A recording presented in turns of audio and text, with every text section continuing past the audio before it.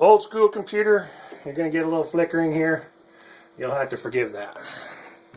We're not going to spend a lot of time focusing on the monitor anyway.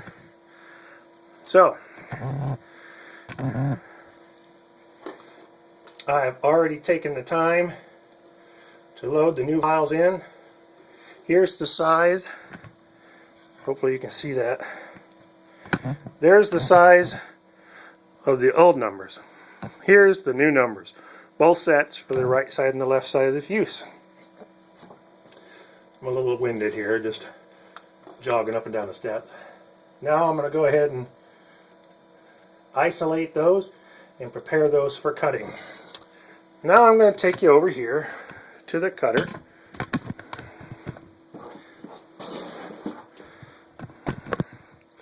Back up a little bit.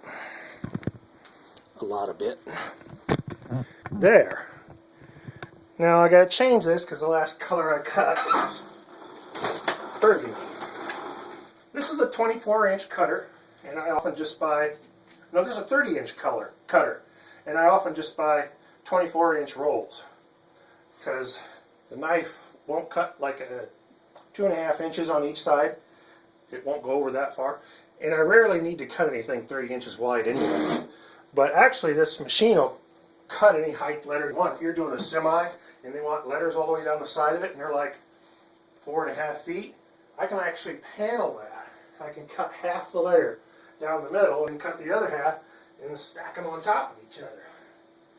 And if you wanted to, you could do letters for the side of an elevator or something and make them, 40 feet tall. Just keep paneling the letters and stacking another row of vinyl on top till you get it all done. That's kind of fun. Okay. I'm going to put black in the machine. It's a big old honking roll of black vinyl.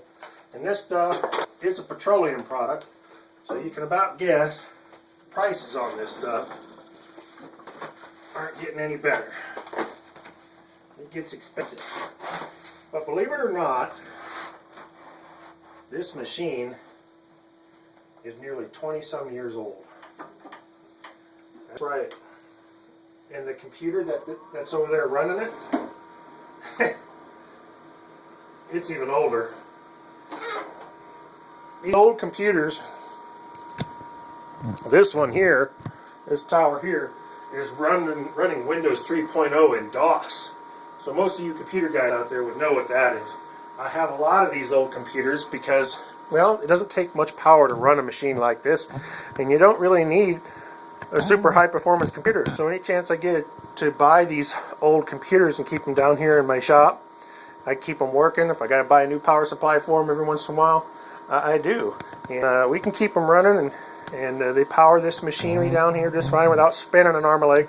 I don't have to worry about having a computer in my basement where there's a lot of moisture issues, or possible flooding, and have that computer lost when they're really just not worth anything. A lot of times schools sell them for, little to nothing. And they work great for, RIP computers. I mean, you're not doing much with them. You're not surfing the web. You don't really need super fast speeds. All it's doing is taking this data and running this machine. So why spend, $2,000 on a computer to do that? It's stupid. So I don't. Anyways, I'll crank this up a little bit so you can kind of see what's going on. It's kind of fun to watch. Okay, I'll bring you up here.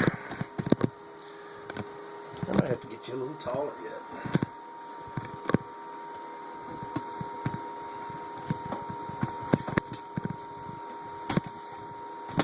It's hard to think about all these things that you need to do before you're making a video, so you don't have to waste everybody's time. But, oh well, we get her done one way or another.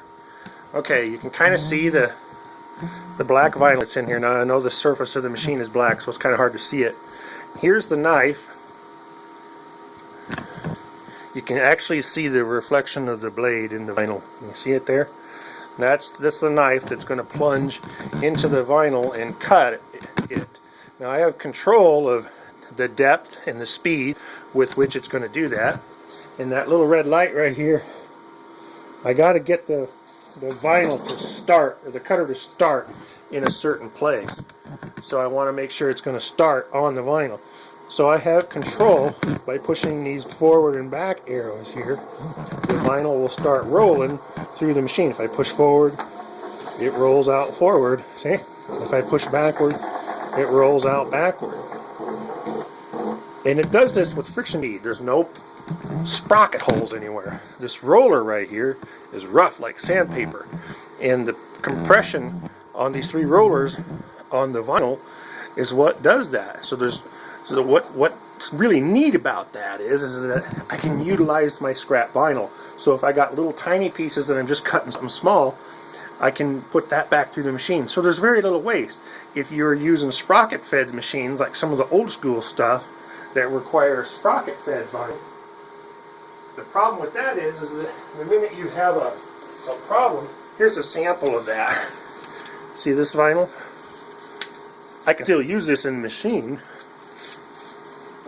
but the problem is that once you've cut this off the roll and you got a little scrap piece, in these machines you can't use this anymore. It's useless. So these friction machines were a lot better designed. Someone was really thinking when they come up with that. So I get this where I want it. We get it all adjusted so the vinyl is right on that contact strip right there. We come in a little bit, and then I push starting point.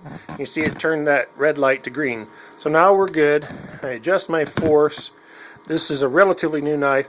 This thing will cut so much faster than what I like to cut at, but you know, I'm in no hurry here, and this thing will cut a lot faster than I can prepare it after it's cut, which is a process called weeding. So we don't cut it too fast. And I'm going to go ahead and push the command to send it over there.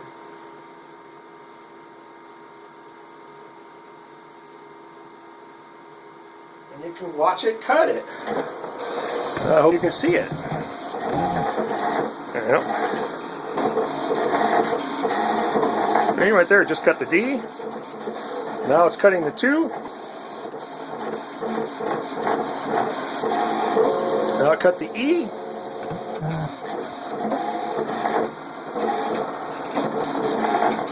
There's the D. There's the 2. There's the E. Just that simple. That's all there was to it. Now what I do is I bring that dot back to red again so I can move this.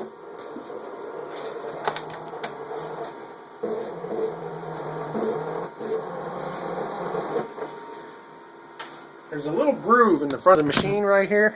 You see that? Little groove right there? It goes all the way through to the other side. You see that little groove right there? And I use one of these letter openers, and this was designed for that. So if you kind of get down here, I just make sure I get the top of the letters past that groove. And it is down there about 1/4 of an inch.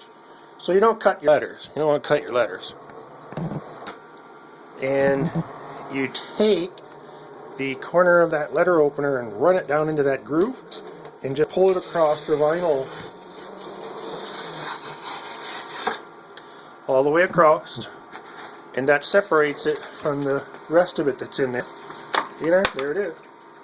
These are great. I only have this one. I've been using it for a million years, and I need a new one. So I know you can get them somewhere.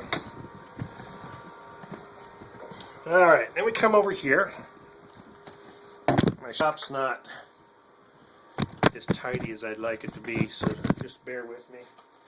And we'll show you here. I got to flip on the light for this portion of the shop.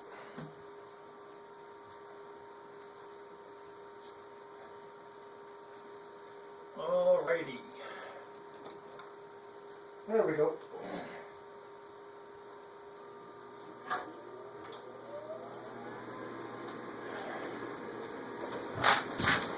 And here we are. This is the piece of black. Just took off of there. Now this process is called weeding. And you got to do this with all the vinyl that comes off the machine, because naturally we don't need all of this. We just want the letters. So we got to get rid of all this background.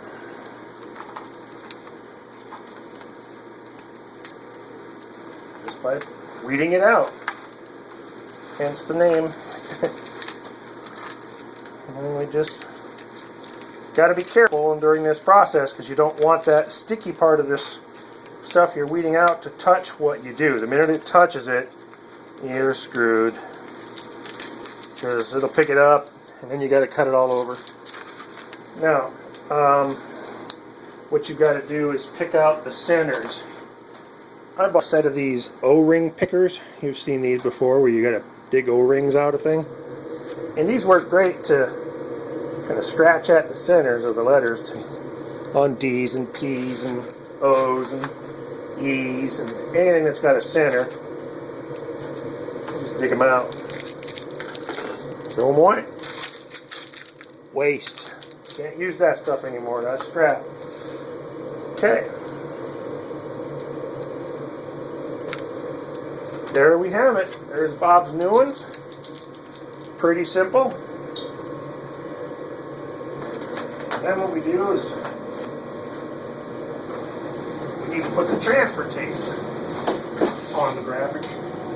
That's what transfers the image to your model.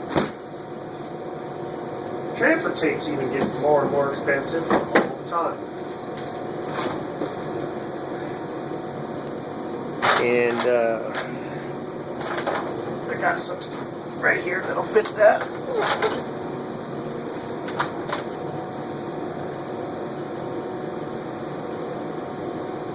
This transfer tape was always something that was done. You had somebody hold the roll while you stretched it out and put it over top of your graphic.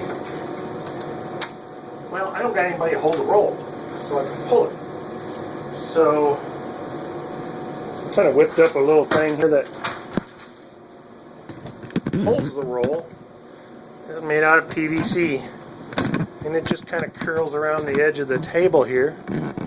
Oh yeah, we got airplanes sitting around too, beat up one. And it just kind of curves around the edge of the table and it holds it. And then this one, this bar here is not glued right here, so I can pull it out and change the roll. So that's just a little invention I whipped up to help me with my rolls. So if I'm down here by myself, I need to get a piece off of this. I can with little effort. Because if this stuff sticks to itself, you wasted that piece too. And that's not good. Okay, we got one covered. I just kind of rough cut these.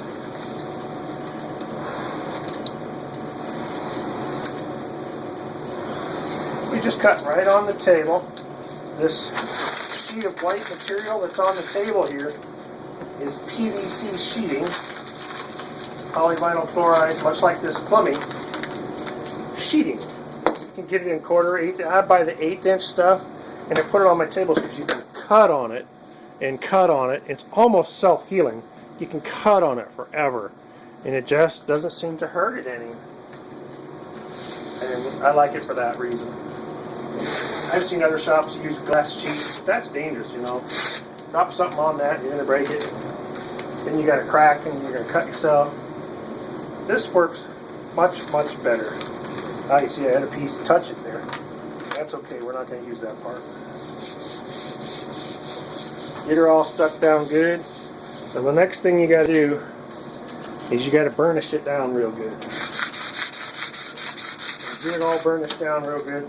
I'm going to rough cut this one.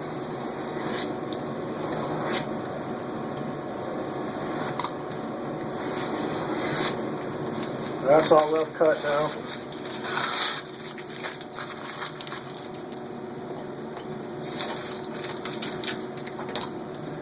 Then we take a straight edge.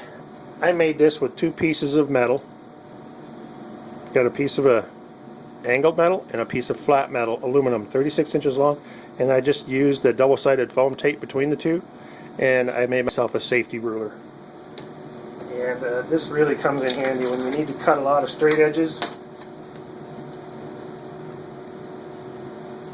We're going to cut the D off first. This won't jump this edge now and slice my fingers off because I made that handy sticking up there. The knife stays on the danger side, the red side. Okay. Now we can get these a little closer.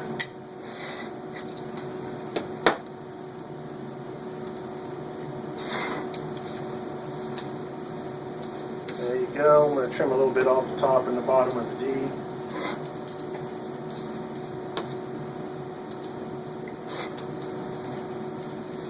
These should be a lot better, Bob. Fit on there just fine, hopefully. If not, let me know. We'll make them a little smaller or a little bigger or whatever we gotta do. It ain't that big a deal. All pretty simple stuff. Well, I do a lot of these airplanes. I do full-scale airplanes too. A lot of restored stuff.